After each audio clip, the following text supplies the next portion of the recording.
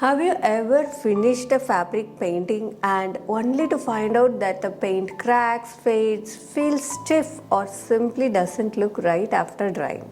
The good news is that most fabric painting problems happen because of a few simple mistakes. Hi, this is Madhula, the artist behind Madhula Creations. Today I am going to show you 5 common fabric painting mistakes beginners make and what actually happens when you make these mistakes, and most importantly how to fix them. So let's get started. Mistake number 1, not preparing the fabric properly. So many beginners start painting directly on the new fabric. This is a new fabric directly from the shop. However, new fabric often contains starch, finishing chemicals or surface treatments. So these can prevent the paint from bonding properly on your fabric. What you need to do is wash and dry this fabric before painting whenever possible. So as soon as I want to paint on a fabric, I usually wash it, allow it to dry for a day completely, and then only I will start painting on it. This will avoid a lot of these bonding issues to your fabric. The next thing on preparing the surface is I would also like to slightly iron the cloth if there are a lot of creases. So for example, this cloth here, you can clearly see the creases here. So this makes it difficult when you paint on top of it. So instead, I always like to iron the cloth, keep it neat when painting. You need not be very perfect in ironing, but you have to reduce the creases before you paint so that it's easy for you to apply any techniques. You can see the difference.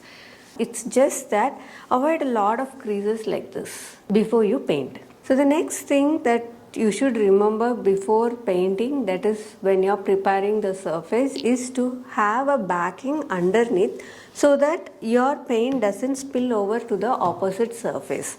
So if it is a t-shirt like this and you wanted to paint over it, definitely when painting directly on top of it, it will spill over to the next side and it might spoil your t-shirt entirely. So I have a cardstock here, a very thick cardstock that I can keep it underneath the surface before painting. You can use a cardboard or anything that is thicker that will allow your paint not to spill over to the other side of your cloth. The next mistake is applying your paint too thick. What most beginners think is more paint equal to brighter colors, but in fabric painting, thick painting often makes the fabric very stiff. And if you are new to color mixing and would like to understand the basic concepts about colors and understand them more better, I have created a free color mixing guide for beginners. You can download it from the link guide.madhulacreations.com. I'll also leave a link in the description box below. So I'll show you an example here. For example, let's create a design here and I'll show you. I'm going to use a very thin layer here.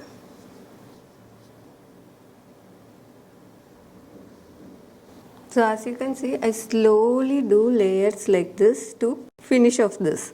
In case you are giving a very thick layer, let's see that as well. So let's say I'm using a lot of paint. One thing that you will notice immediately is your brush strokes. So it will not be very smooth. You will have these creepy lines that you had to get rid of, and it makes it very hard for you to blend the colors, because it keeps creating the brush marks and it keeps creating too much of blending that is not necessary. So that is one big problem when you are using too much paint.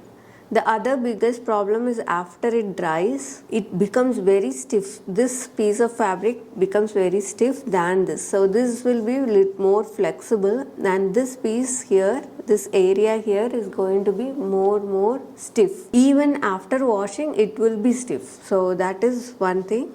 You want to avoid all these thicker paints and use layers naturally to get your fabric painting done. So if you find yourself in getting kind of a lot of paint, the one thing that you can do is immediately remove them. Use another brush, remove the excess paint. Don't use anything else for removing. This will work only when you feel that it has too much paint and you have enough time to work on it. So I have removed all the paint, I have made it flat. I'll allow this little bit to dry, and then once it dries, I can come back for a very thin top layer. So in the first place, always avoid thick paint layers. Use thin layers to get your fabric painting done. In case you have added a lot of paint, then remove it and then allow it to dry before you do anything on top of it. So use only thinner layers and you can have multiple coats on top of it. That way you can get rid of this problem completely. The next mistake is not stretching or supporting your fabric properly. So the one way of doing a painting on a creased fabric is to iron it up and then paint on top of it.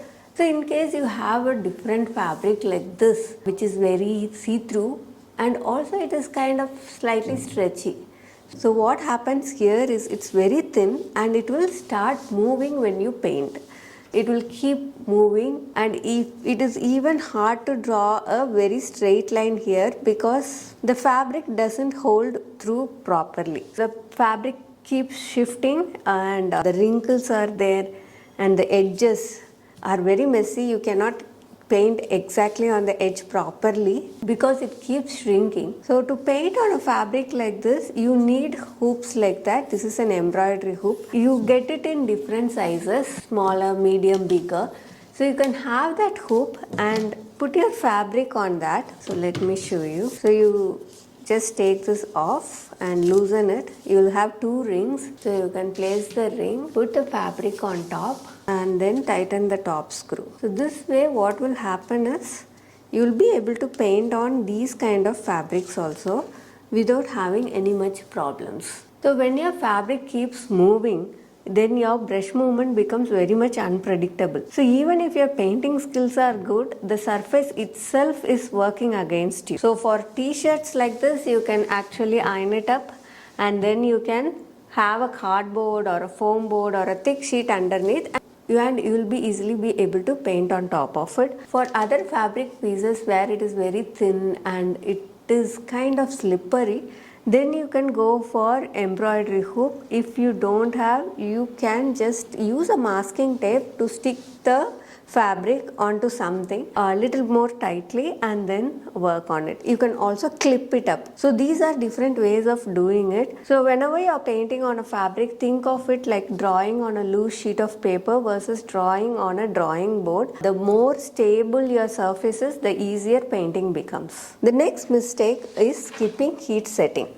So this is a very huge because many beginners don't know it. So once your painting is done, you have to allow it to dry for 24 hours and then you have to heat set it before you wash the cloth. I have explained about this thoroughly in another video. I'll link it in the card above and in the description box below. Just have a look at it. Not only between layers, once you finish painting, you need to allow the entire thing to at least dry for 24 hours before you even think of going to the next step. I also wanted to talk about one single mindset mistake that you do when you are doing your fabric painting. So this is expecting fabric paint to behave like canvas paint.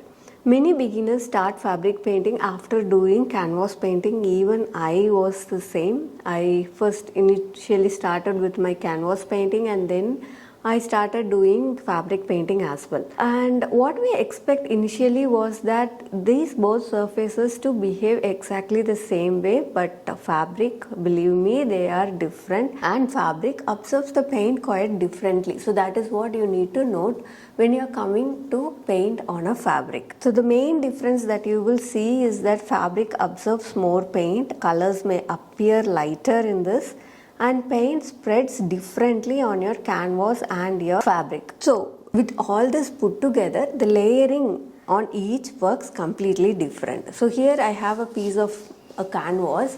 I'll show you the exact thing here as well, and you can see how differently it spreads. One layer here to show you how it spreads and blends. I'm using the same colors in both the Crimson Lake and the Titanium White in both of the cases, but then you can obviously see how different they are.